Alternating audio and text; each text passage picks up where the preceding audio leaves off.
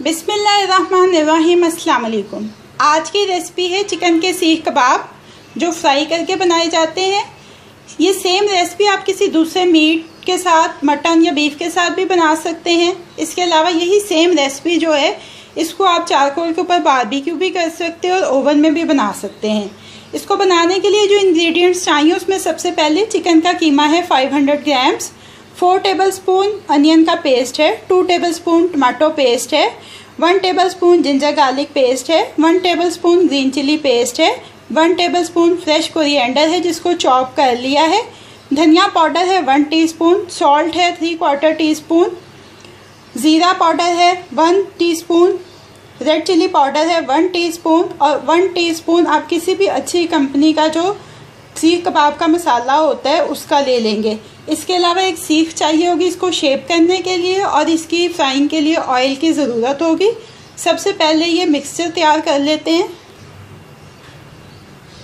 कीमे के अंदर ये तमाम इंग्रेडिएंट्स जो हैं वो शामिल कर देंगे।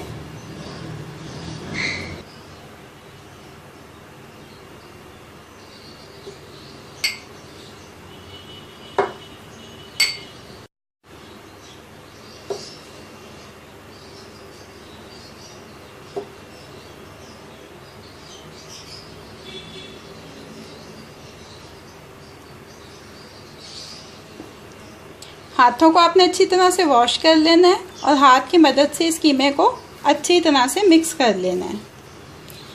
ये देखें तमाम कीमा जो अच्छी तरह से मिक्सअप हो गया। अब इसकी फ्राइंग स्टार्ट करते हैं। साथ साथ हम कबाबों को शेप करते रहेंगे और साथ साथ फ्राई करते रहेंगे। ये देखें लो मीडियम हीट के ऊपर पैन रख लिया है, बीच में 3 टेबलस्पून के करीब ऑयल डाला है।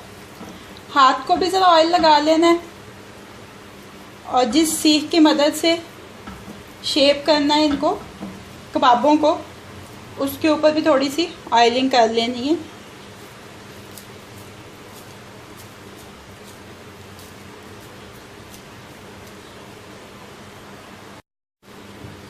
ये देखें कबाब शेप कर लिए।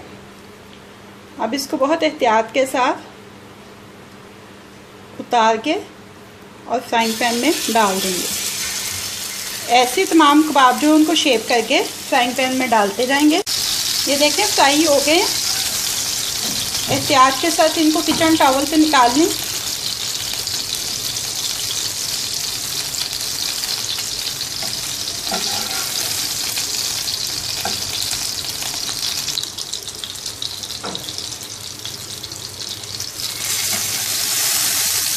ये देखें तमाम कबाब फ्राई हो गए, किचन टॉवल पे निकाल लिए।